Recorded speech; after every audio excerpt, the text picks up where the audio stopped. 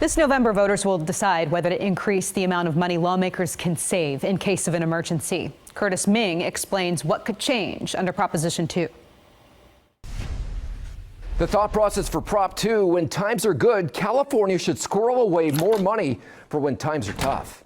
California's Rainy Day Fund, which voters approved more than 2 decades ago, helped us through the pandemic and budget shortfalls, protecting funding for schools, public safety, and other critical services. We've been able to stock money aside in the Rainy Day Fund, and in years when we've needed it, we've been able to draw down from it.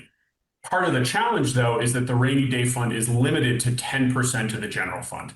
Under current state law, California lawmakers and the governor are limited in how much money they can keep in the state's main savings account. Why isn't 10% adequate? 10% is just not enough given the volatility that we've experienced. Democratic Assemblymember Jesse Gabriel is talking about wild swings in the state's finances.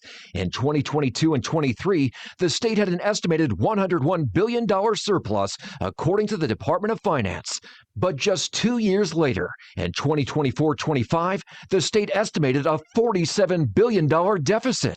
The state's nonpartisan Legislative Analyst Office has run the state's finances through thousands of scenarios over the next 50 years and predicts volatility, saying cuts to core services and/or tax increases would often be necessary. We don't want to be in a position when the economy turns to have to start to think about, are we scaling back fire protection? Are we scaling back funding for education? Are we cutting funding for healthcare? We want to make sure that that funding for essential services is there. Here's what changes with Prop 2. It addresses how much money the state can hold in its main reserve account. A yes vote on Prop 2 doubles the cap on the Rainy Day Fund to an amount equal to 20% of the taxes coming in that year. For example, if California has $250 billion in annual taxes, then the reserve account right now can hold no more than $25 billion. But under Prop 2, the account balance could double, up to $50 billion.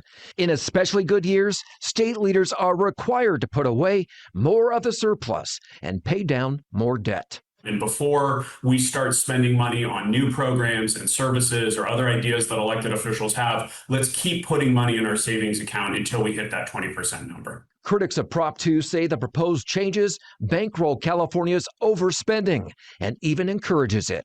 California doesn't have a revenue problem. It has a wasteful spending problem. Republican State Senator Tony Strickland says he's not against a rainy day fund, but when there's a tax revenue surplus, he wants California to pay off its debts and give Californians tax cuts. I think the people who should benefit from some of that surplus are the hardworking families and lower their burden because right now we have an affordability crisis in California. He compares Prop 2 to taking out one credit card to pay off another. So all this does is allow the addiction to spending to continue with the legislature, and who ends up paying the bill in the long term? It ends up being those hardworking California families. The nonpartisan LAO actually recommends eventually raising that cap to 50%, but on your ballot, you'll be voting on raising it from 10 to 20%.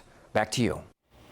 Proposition 2 allows state lawmakers and the governor to also use reserve money to pay off debts, including the $20 billion loan it owes the federal government from the pandemic.